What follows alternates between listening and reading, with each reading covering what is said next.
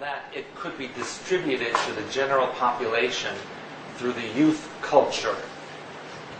Such people as Allen Ginsberg, Miles Davis, John Lennon, Jim Morrison, and Aldous Huxley, and many of the gurus and mystics that you had seen in the 1960s were all part of this experimentation.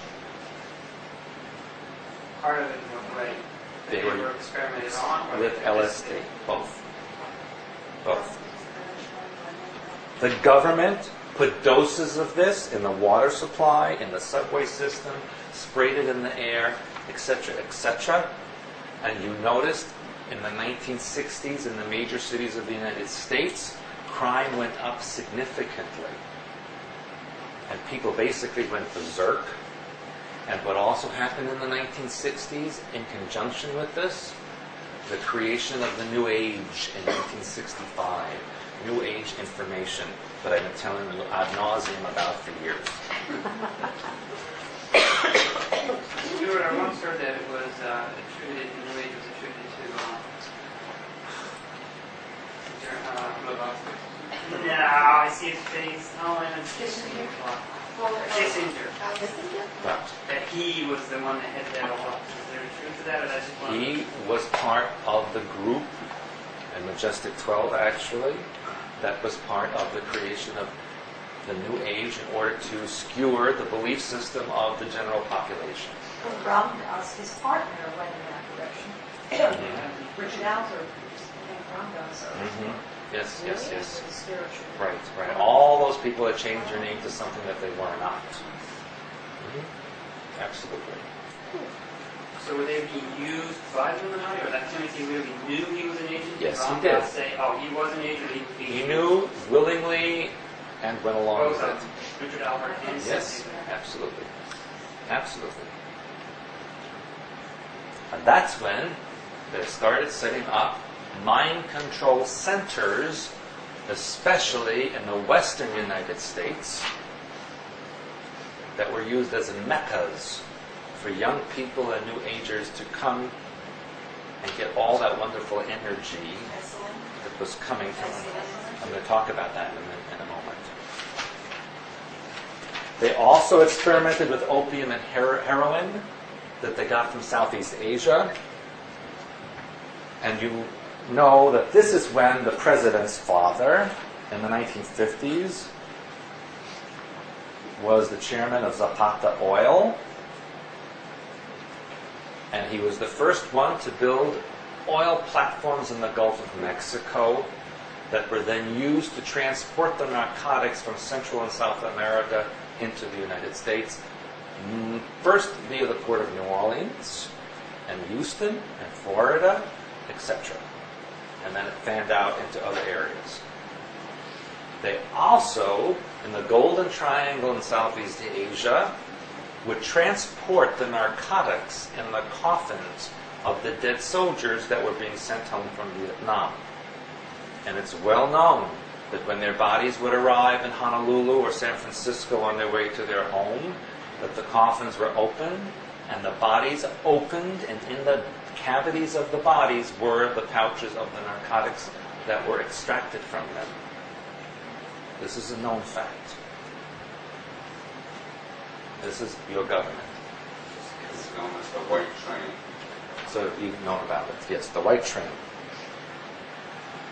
Now, who was in the process then at that point of manipulating and creating new and better drugs to be used by the population as a form of control? This was done in Fort Detrick, Maryland. Interesting that the abbreviation for Maryland is MD, don't you think?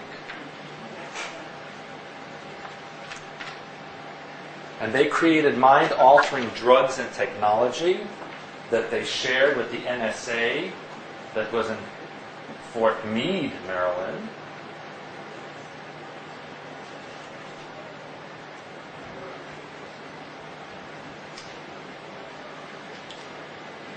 And this then especially in the late 60s and early 70s, was sent to such places that you now know of as Area 51 and Montauk, and the mind control centers in the west of Santa Fe, Yelm, Washington, Mount Shasta, and yes, Sedona.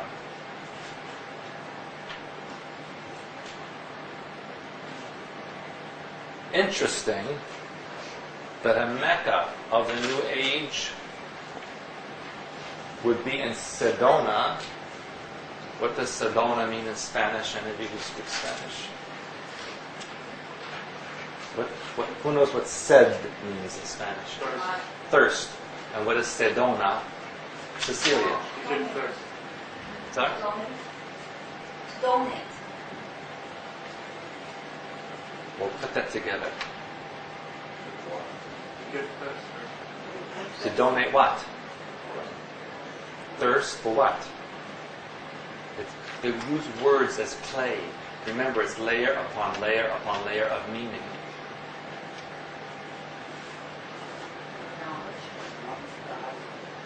False information, disinformation. That's when the word disinformation came into being.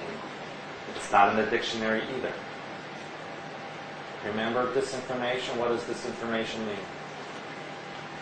It's part of the truth of the It's a lie sandwich. There's a truth in the middle, or two lies on the outside, or two truths on the outside and a lie in the middle.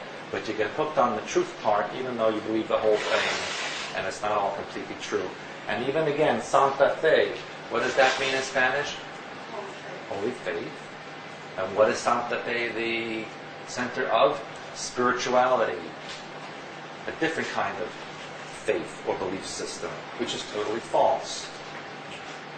I have a lot of clients in Santa Fe who are spending their time trying to get out because they're sorry they went there. And now they can't get out. First of all, it's surrounded by fire. And second of all, they have no more money. They become completely destitute because everything they did is now stopped. So they have no way of getting out, no resources or method of getting out. Same thing is true in Taos, New Mexico. Everyone I know there desperately seeking to get out. The noise coming from underground is making them insane. That's where the hum is. Only the hum is now extended across the entire northern sector of New Mexico. And by the way, another area that is located, that has detected a hum, is in northern Vermont and northern New Hampshire. Something's going on under the ground there on the border with Quebec. Something very big is happening underneath there.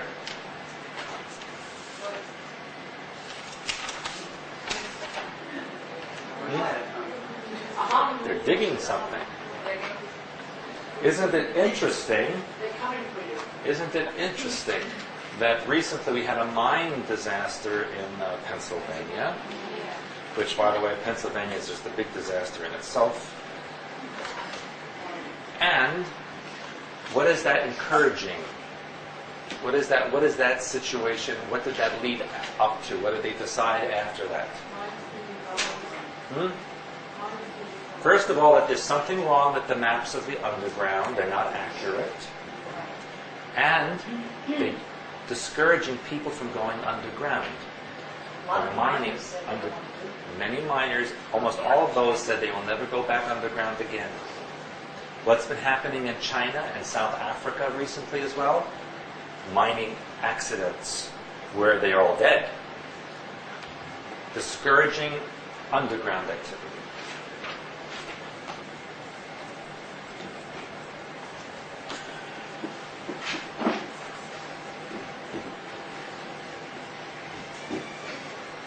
Stewart, Yes.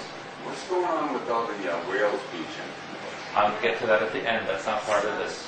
I have to wait till the end of that. Sorry. Let me give you a list. Okay. Does that mean I have 5 minutes or 10 minutes or what? Say it out loud, please. Have 15 minutes. Okay. And then I go to questions. Let me give you a list of projects that have existed in this century, or I should say now last century, that were very influential on what's going on right now. In